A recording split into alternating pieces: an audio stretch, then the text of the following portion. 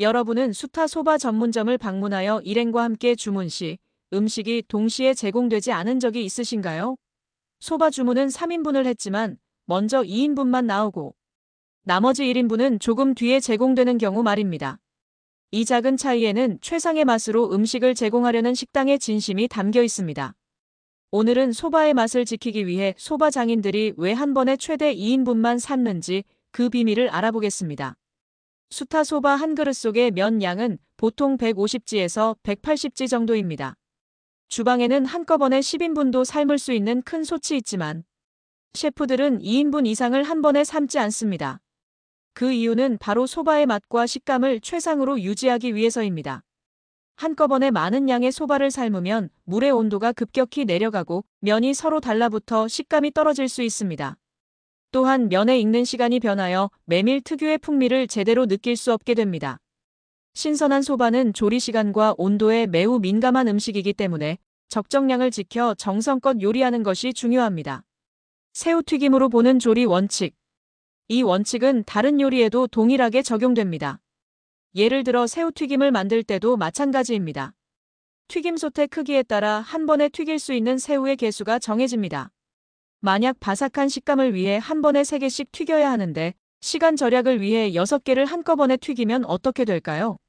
기름의 온도가 내려가 튀김옷이 기름을 많이 머금게 되고 결과적으로 바삭함은 사라지고 맛없는 튀김이 만들어집니다. 그래서 수제 소바 전문점에서는 4명이 함께 방문해도 먼저 2인분만 제공될 수 있습니다. 이는 손님들에게 불편을 끼치기 위한 것이 아니라 최고의 맛을 제공하기 위한 셰프들의 노력입니다.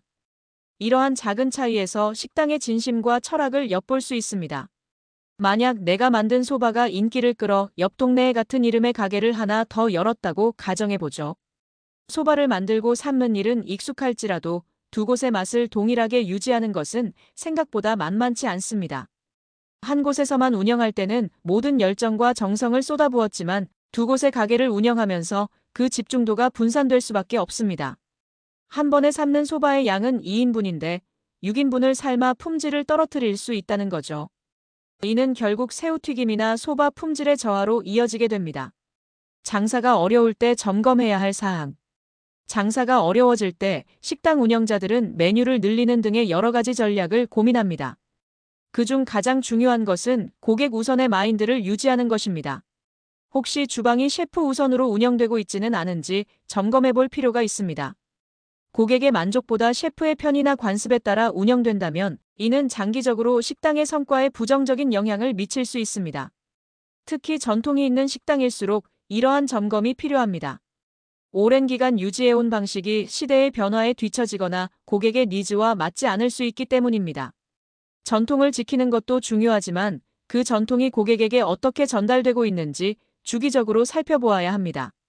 맛은 물론이고 서비스와 분위기까지 전반적인 고객 경험을 향상시키기 위해 노력해야 합니다.